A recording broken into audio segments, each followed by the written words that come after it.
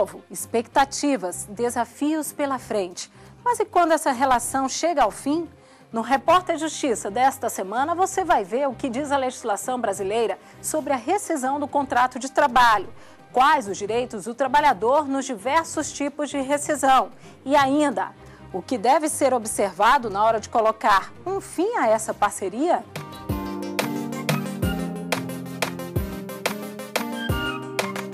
O contrato de trabalho é a garantia do trabalhador.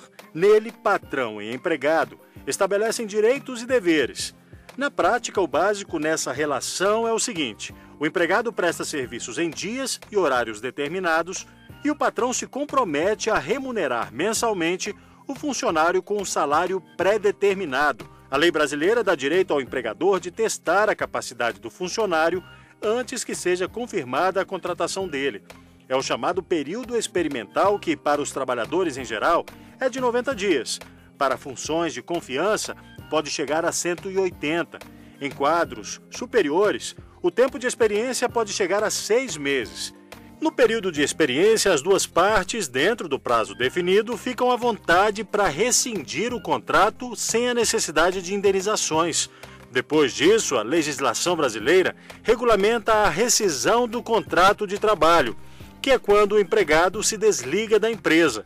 O termo de rescisão do contrato de trabalho é um documento formal em que se descreve todas as verbas rescisórias e respectivas deduções no que um trabalhador tem a receber em função do encerramento do seu contrato de trabalho.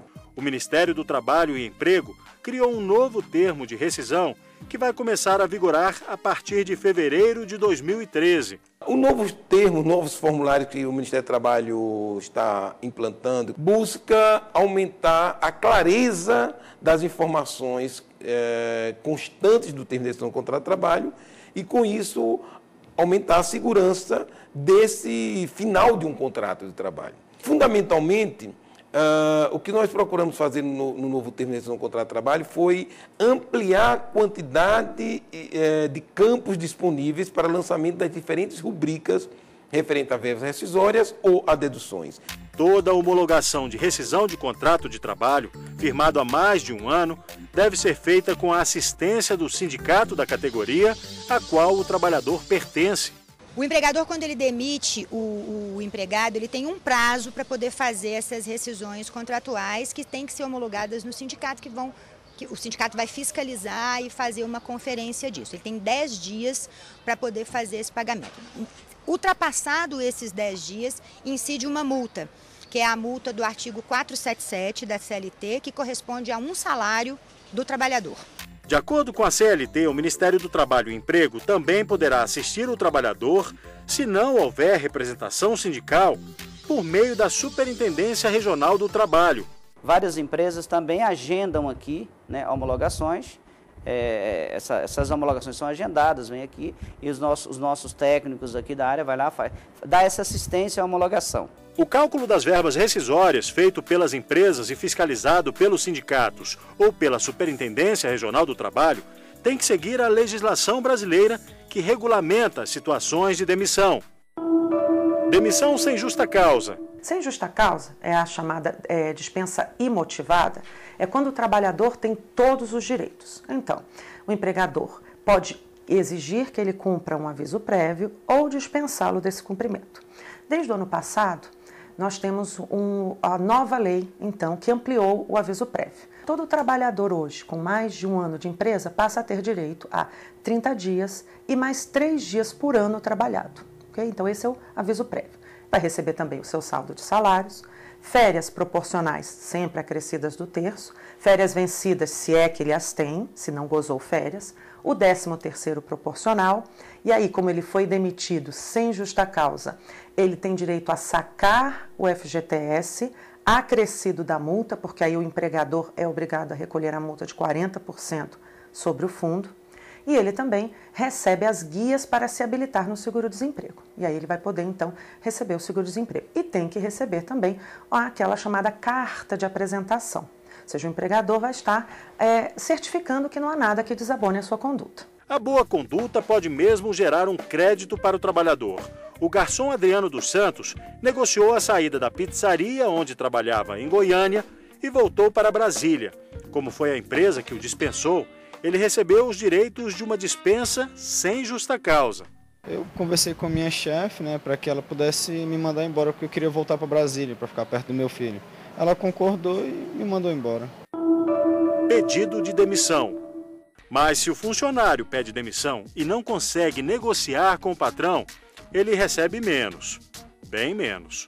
Quando o trabalhador pede demissão, ele tem direito a receber o saldo salarial, férias vencidas, acrescidas de 1/3, se ele tiver essas férias vencidas não recebidas e não gozadas no período contratual, férias proporcionais, acrescidas de 1/3, 13º proporcional.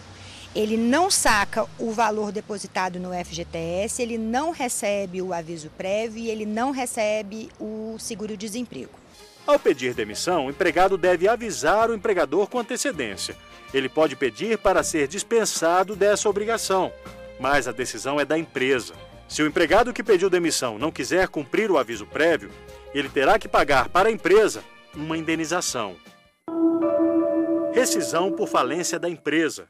A falência de uma empresa faz com que o funcionário tenha o mesmo direito que teria se fosse dispensado sem justa causa. Só que nesse caso, as reclamações acabam indo parar na Justiça do Trabalho.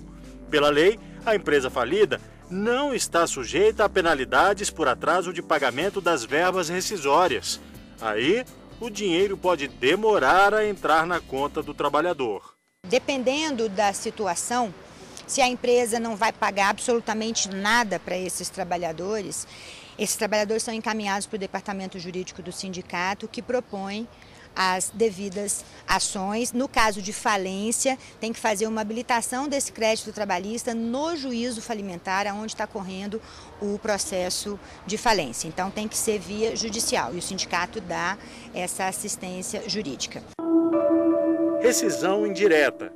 Ela pode acontecer quando o empregador pratica uma falta grave, como, por exemplo, não pagar os salários dentro do prazo. Hoje em dia, vários empregadores atrasam o pagamento de salário e deixam de pagar salários. Então, com isso, o trabalhador fica sem o sustento dele e de sua família. Aí nós temos outras hipóteses, não apenas a falta de pagamento. Quando o empregador exige o trabalho acima das forças que ele pode suportar, trabalho contra a moral, trabalho contrário àquilo que foi pactuado no contrato de trabalho. Em casos assim, o empregado pode pedir a quebra do contrato por culpa do patrão. Quais são as consequências, então, nesse sentido? Ele vai receber as verbas como se tivesse sido demitido sem justa causa. Então, ele vai poder sacar o FGTS, o empregador tem que recolher a multa de 40%, e todas as verbas ele recebe. Demissão por justa causa. Se, por outro lado, o empregado cometer uma falta grave, aí ele pode ser demitido por justa causa. As possibilidades para isso estão previstas no artigo 482 da CLT, como motivadoras de dispensa. Dentre elas estão atos de improbidade, por exemplo, roubar, marcar cartão de ponto de outro colega de trabalho ausente, justificar faltas com atestados médicos falsos, má conduta ou mau procedimento, como usar o carro da empresa em benefício próprio, sem autorização do patrão, condenação criminal desde que não caiba mais recurso da decisão, ato de indisciplina ou insubordinação e abandono de emprego.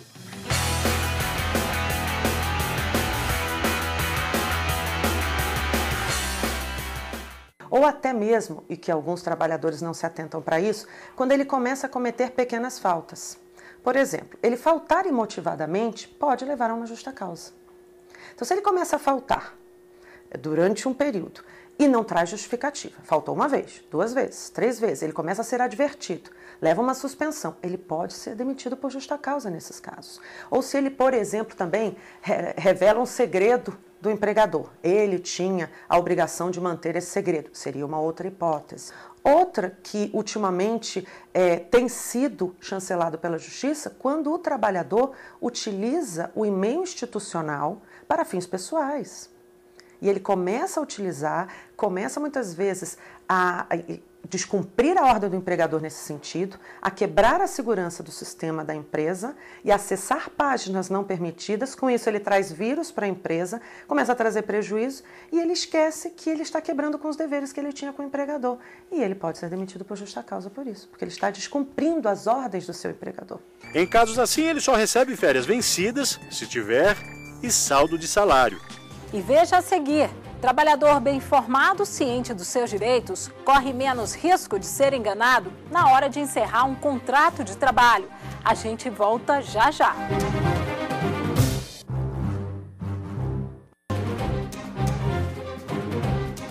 Na hora de oficializar a saída de um emprego, é preciso ficar de olhos bem abertos, atentos aos direitos que vêm junto com o fim do contrato de trabalho. E na hora de buscar essas informações, vale procurar o sindicato, pesquisar na internet ou conversar com amigos. Com conhecimento, o trabalhador corre menos risco de ser enganado. O mercado muda, o trabalhador perde o emprego. Estão alegando que estão passando por uma dificuldade financeira, né? E por isso estão mandando muita gente, reduzindo o quadro, mandando muita gente embora. O trabalhador denuncia irregularidades na empresa. Lá o que acontece é realmente um desvio de função, né? Então, eles querem forçar os funcionários a pedir conta para eles ficarem com os direitos dos funcionários. Então, as pessoas que são mais, assim, pavio curta, que não aguentam certo tipo de coisa, vai lá e pede conta. Já as outras pessoas que são mais persistentes, né, vêm aqui na delegacia do trabalho, procurar os seus direitos, saber o que ele pode fazer em relação à situação, né? O trabalhador procura ajuda porque não conhece os próprios direitos. Geralmente eu procuro conversando com as pessoas que eu conheço, né, que sabem sobre os direitos, ou então a agência do trabalhador, delegacia do trabalho. Nessa relação empresa-funcionário, nem tudo fica muito claro desde o início. Ou você já ouviu um patrão chegar para um funcionário recém-contratado e dizer assim: olha, caso você seja demitido aqui nesta empresa, você tem direito a saldo de salário, férias e 13º proporcionais, e você ainda vai poder sacar o seu fundo de garantia. Não, nenhum patrão faz isso. O trabalhador não tem esse tipo de informação, os direitos que vai ter quando deixar a empresa. Mas por que será que ninguém diz isso para ele? Talvez em função da lógica que quem entra no emprego entra para permanecer no trabalho. Ou é aquele trabalhador que está tendo contato com o mundo do trabalho pela primeira vez e não tem muita noção dessas circunstâncias. O trabalhador, no entanto, que já tem uma longa história de trabalho e de desligamento de outras empresas, ele acaba aprendendo isso na vida prática, por ter saído de uma empresa, ter recebido. Mas o trabalhador que ingressa, ele nunca aprendeu isso, não tem uma escola que o ensine sobre os seus direitos enquanto trabalhador. Não tem mesmo, mas poderia fazer parte do currículo escolar. É o que pensa esta advogada trabalhista. Olha, eu sempre acho que o direito do trabalho, assim como o direito do consumidor, todo cidadão tinha que aprender logo na escola, não é? Então ele já tinha, desde cedo, ter noções, assim como leis de trânsito. Isso faz parte da cidadania, não é verdade? Então a gente tinha que crescer sabendo quais são os nossos direitos. E todos nós dependemos do trabalho, porque é difícil pensar em alguém que consiga viver sem trabalhar. Então, para que o jovem não fosse realmente ludibriado, ele precisava aprender. Por não conhecer os próprios direitos, o vendedor Ramon Ribeiro reconhece que foi enganado, explorado mesmo. E não está sozinho. Outros jovens como ele foram recrutados por uma mesma empresa de cosméticos, uma multinacional israelense que implantou quiosques em shoppings brasileiros. As promessas... Contratam os jovens com a perspectiva, com a expectativa de ganhar R$2.000, R$3.000 para trabalhar meio expediente. E a gente entra muito motivado, só que quando a gente descobre que a gente vai trabalhar ali sem seguros, sem direitos assegurados, aí a gente, pelo menos todo mundo que tentou sair, não conseguiu muita coisa. Todo mundo foi demitido ou pediu demissão, não conseguiu muita coisa. Por não conhecer nossos direitos, a gente acabou sendo lesado. 1 ano e 4 meses depois de começar a trabalhar para a empresa, Ramon foi demitido, a 7 dias do início prometido das sonhadas férias. Ele diz que foi uma retaliação porque foi convocado e depôs em uma ação trabalhista movida por um colega contra a empresa. Mas isso nem foi o pior. Ele foi demitido por uma alegada justa causa. O rapaz diz que de justa, essa causa não tem nada. Eles conseguiram alguns atrasos que eu tinha no histórico da empresa antes de ter carteira assinada. Eles conseguiram alguns atrasos, estava lá assinado, você está assinando a advertência porque você chegou atrasado. Atrasos de 15 minutos, 20 minutos, 30 minutos. Eles conseguiram 3 dessas advertências e uma suspensão por uma falta que eu tive na empresa de um dia. E por essa falta eles falaram, você não cumpre seu horário de trabalho, então você abandonou seu trabalho. Essa foi a justificativa da empresa. O jovem vendedor abriu mão da comissão de venda, o único valor que a empresa se propôs a pagar. Ele procurou uma advogada, mas em casos assim, o sindicato também pode ser acionado. E a promessa do Ministério do Trabalho e Emprego é que cada vez mais os sindicatos tenham um aparelhamento público para garantir o respeito aos direitos do trabalhador.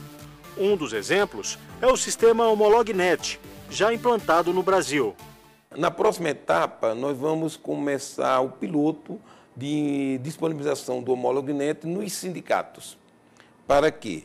Para que a empresa lance seus dados de rescisão no sistema, o sindicato tem esses dados no sistema para poder verificar, como hoje as superintendentes fazem, e com isso o sistema de verificação da homologação tenha mais qualidade, seja feito a partir do suporte informático, que dá mais segurança a todos aqueles complexos cálculos que estão envolvidos muitas vezes numa homologação, numa rescisão.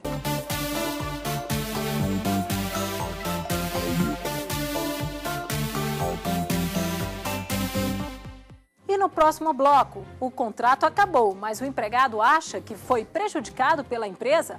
O caminho pode ser a Justiça do Trabalho. Você vai ver daqui a pouco.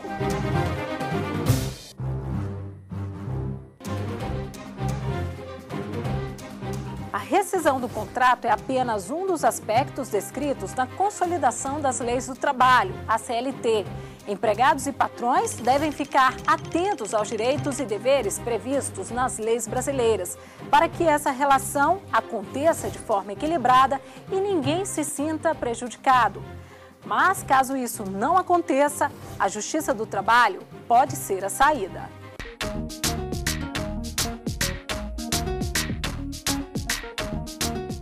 Há situações em que a pessoa é demitida e não concorda com o que recebeu da empresa. Aí entra com uma ação na justiça. Mas atenção, existe um prazo para isso. O trabalhador tem até 2 anos, contados a partir da data da demissão, para reclamar direitos na Justiça Trabalhista. E só podem ser incluídos direitos que foram negados nos últimos 5 anos, contados a partir do ajuizamento da ação. Acompanhamos o caso deste rapaz. Ele trabalhava como vendedor em uma loja de roupas masculinas em um shopping em Brasília. Quando foi demitido, entendeu que os valores depositados ficaram bem abaixo do que tinha direito e processou a empresa. O juiz marcou uma audiência entre as partes. De um lado, o autor da ação e o advogado. Do outro, os representantes da empresa. A principal reclamação do ex-funcionário é que não recebeu as horas extras durante anos. Além disso, não gozou do intervalo permitido durante a jornada de trabalho. O magistrado faz perguntas para poder entender melhor a situação. Que horas começava a dobra e que horas terminava a dobra nos outros dias? É isso que eu quero saber. Exato. Por exemplo, o horário era 16 horas, né, à tarde. Era de sair às 16? Entrar, 16 às 10. Só que a gente entrava às 10 da manhã. Ah, entendi. Então a dobra era como se fosse o começo. Exatamente. O vendedor conta que a jornada era maior principalmente perto de datas comemorativas, como o Dia dos Namorados, Dia dos Pais, Natal, épocas em que aumentam as vendas no comércio. De posse das informações, o juiz começa a colocar tudo no papel. Faz os cálculos para tentar chegar a um valor o mais aproximado possível das perdas. Então seriam 49 dias de dobras nos anos de 2008, em função de datas comemorativas, nos anos 2008, 2009, 2010, 2011. Então, vezes 4, 196 dias. Para a empresa, a dupla jornada não era tão frequente assim como alegou o ex-empregado. Eu entendo que foi bastante exagerado. Então, eu não consigo chegar ao ponto de negociar em cima desses fatos. Perfeito. E o que o senhor acha, então, que seria um cenário razoável para se conversarmos em termos de quantos dias? Né? Em termos de qual era o tamanho da dobra? O senhor considera que é razoável, que a dobra era de 6 horas? Sei que vale como confissão, porque as testemunhas falaram, comprovaram diferente do que eu vejo. Eu entendo que seria razoável 10 dias do Natal e 2 dias antes dos feriados.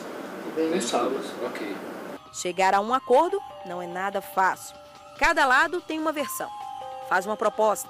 E nesse momento, o que se observa é que ninguém quer ceder. Quanto mais o senhor avançaria? Eu avançaria a soma mônica dos 1.500 mais os 9.000. Qual seria o limite do senhor para não correr o risco? Excelência, esse valor que foi colocado por mim, levando em consideração tudo que Vossa Excelência colocou, seria os 15 mil. Esse valor, né, porque a gente estaria, ou seja, 10 mil reais a título de jornada, porque a gente está desconsiderando o intervalo, e mais pelo menos 5 mil reais a título de dano moral. O dano moral a que o advogado se refere é um outro ponto em discussão na audiência. De acordo com o processo, o rapaz, depois de ser demitido, teria sido acusado de furto na loja. O juiz apura os detalhes. E a empresa emitindo uma declaração de idoneidade do amante, firmando a declaração. Ele tem carta, já é praxe. A defesa, apesar de achar interessante que o cliente receba uma carta de recomendação da empresa, insiste na indenização. Principalmente sob o argumento de que a falsa acusação feita contra o rapaz colocou em risco a vida profissional dele. 15 mil reais, de acordo com a empresa, é muito. A reação do advogado é imediata.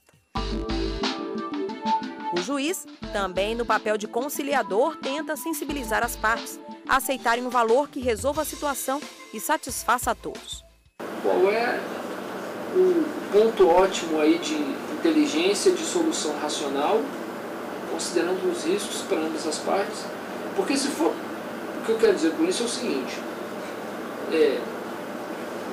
se fosse, né, para fazer um acordo que seria quase o valor de uma condenação, a empresa provavelmente não iria querer fazer. Se fosse um valor que também fosse insignificante perante uma condenação, não faria sentido o senhor fazer.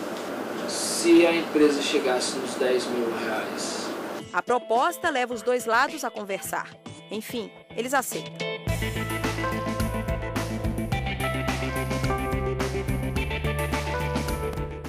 O acordo foi construído considerando o que ele sustentava, considerando as teses de defesa da empresa, considerando uma avaliação sobre os riscos que havia de se demonstrar ou não por cada uma das partes, considerando o ônus da prova de cada uma dessas partes, e aí chegou-se a um acordo no valor de 10 mil reais, a serem pagos em 3 vezes.